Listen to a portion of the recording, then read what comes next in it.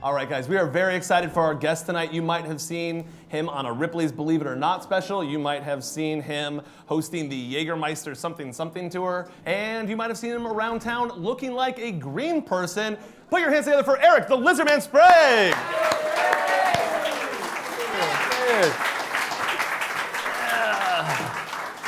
Oh, cheers, buddy. Cheers, man. How you doing? Thanks, Tecate.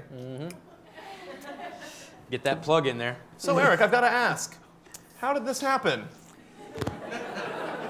What do you mean?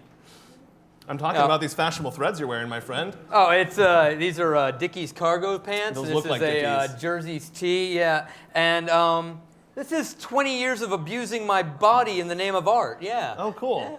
Yeah. So what happened? Did you have a weird dream and you said, you know what, I would like to be a human lizard, and you just went with it? Now, I was studying performance art at a small liberal arts college in upstate New York, and I struck upon this idea of permanently transforming my body as an artistic statement, and I went with it. You were at a small liberal arts college and you committed to something. That's actually pretty impressive. That's right. I didn't say I was doing well there. I did. So how long has it taken you to complete this transformation? I mean, what were the stages that you went through? Not actually complete now. I do have empty scales on my body. Get out. So yeah, that's it. All right. Fraud. I'll be back in a year or two. But the outline does go over my entire body now. It's been, this is actually the 20-year anniversary of when I started getting tattooed in 1993. Is that right? You're applauding my procrastination in that I haven't managed to finish in 20 years. I appreciate that. But, you know, so what I had the idea, and I actually spent 3 years planning and designing it, and then I began getting tattooed and having the surgeries done that have brought me to the point where I am now. So I guess the main surgery that really made your name in the body mud scene was getting your tongue split, correct? Right. I invented the surgical procedure for splitting the tongue, bifurcation of the tongue. Ladies, Bezos, Odin, Bezos. Oh, I'm into it. My heart. How did you invent this? In 1997, tongue splitting was basically an urban legend amongst the body modification community. Lots of people talked about seeing somebody or hearing about somebody having it done, but nobody could provide any documentation or proof. I got it into my head that I wanted my tongue to be split, and I'm a pretty stubborn person, so I spent a little while researching it, came up with an idea of how it could be done, went to an oral surgeon, and then convinced him to do it as an experiment with me as the guinea $100 pig. across the desk. That's right. Yeah. It's actually a little bit more than that. I imagine so. And so then it spread like wildfire, I guess. Well, there was a slow ramp up. It's the two things that I'm generally credited for within the history of body modification are Being not a only- human lizard. Right. The creation of the procedure and having it done, but then sort of becoming the evangelical person for tongue splitting. I got online, I got on TV shows, and I kind of went, yeah, you've all heard this is possible, you've all thought it was possible, well, I'm here to tell you that it is, and this is how it's done. And that gradually sort of ramped up a procedure where we went from, in 1997, the first person to get their tongue split, to by about 2000 or 2001, we estimated there were at least 2,000 people worldwide.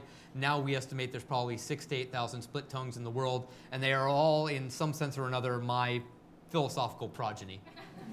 You guys could take over a small Texas town and just outnumber everybody. And when the travelers stop, they're like, there was something weird about that town. I can't put my finger on it.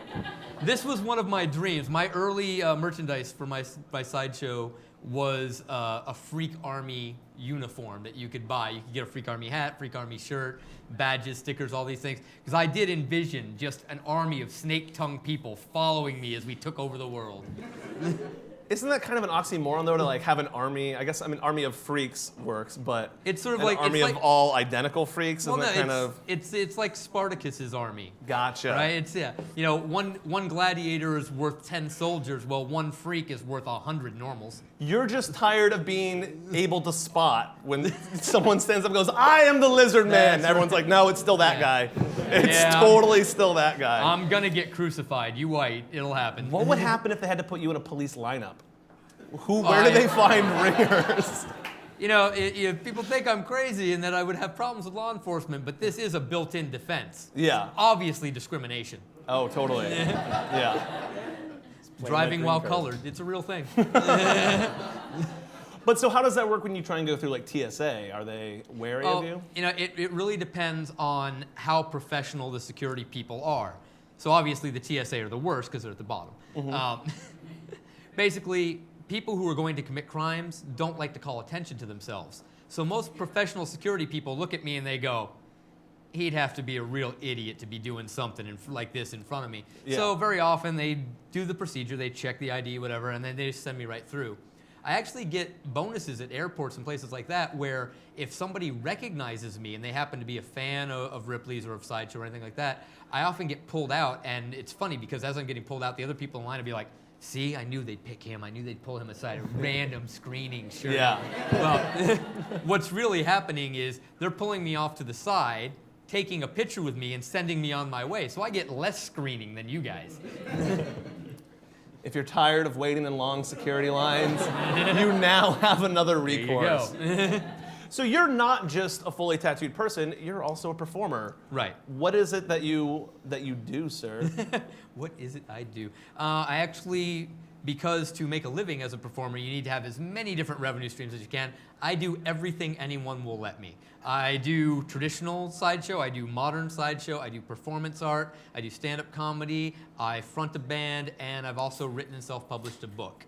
So I'm desperate to do anything other than get a job. Everyone that wanted to look down at you because you're a freak was like, oh. Yeah, it sucks because most people, I get it. Yeah, I understand that you guys are prejudiced because that's how you've been raised. Everything in your lives has taught you to always believe that somebody that looks like me has to be fucking up more than you. But as it turns out, yeah, I've got a degree and a house and a beautiful wife and When was the last time you savings blacked out? That'd be Rot Rally a couple of weeks ago. Just because you're successful doesn't mean you don't black out. You black out more. You don't have shit to worry about. I have my shit together. Like, if you pass out and don't wake up and go to work, you're fucked. I'm self-employed. I can just give myself the day off and get fucked up. Not bad. Well, I hear that you have a trick that you wanted to delight our audience with. I do have something I'd like to do for you guys. Now, I don't know how familiar any of you guys are with Sideshow. In the world of Sideshow, we do very real and very dangerous things. Now, contrast this with magicians who like to make you think they do real and amazing things. Well, they've stolen from the Sideshow for years. They've taken things and they've taken sword swallowing. They've made fake sword swallowing. They do escapes where in the Sideshow, if you see someone escape getting chained up, that's really happening. With a magician, there could be all sorts of real fakery going on. So I've taken a magician's trick. You might have seen little spikes like these. Very often they'll put bags over them. And the magician will come out and he will use his mental powers to determine which one the spike is under. And then he'll just show you the spike. That's fucking boring.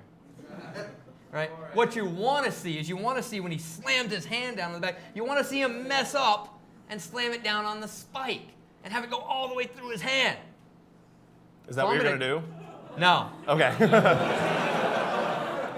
Because we are not insured at all. I'm going to do better than that. If I was a magician, I might slam my hand down on it. But I'm a Sideshow freak. So I'm going to slam my face down on it. Oh. Stay up. You guys are all into this, right? I am. There we go.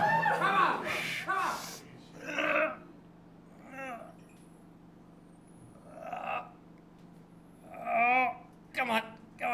Devin, give me a hand here. Ah!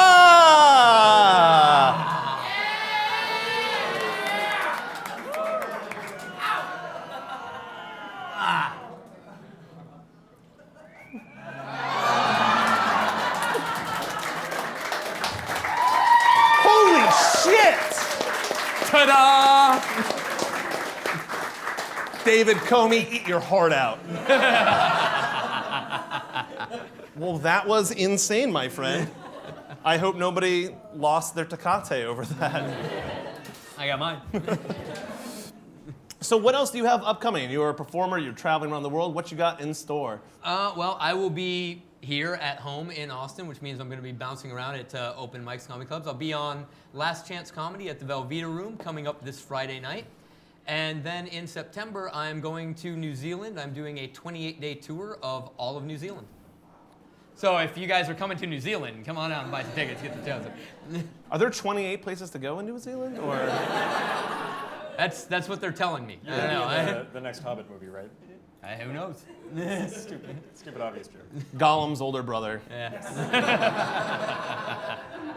All right, well, thank you so much for being on the Thank show. you, It's man. been a pleasure. If anybody wants to try out the Spike, he can help you out after the show. He'll be in the Yeah, if lobby. you want to check it out right afterwards, you check it out. You can just, he'll shove it right in for you.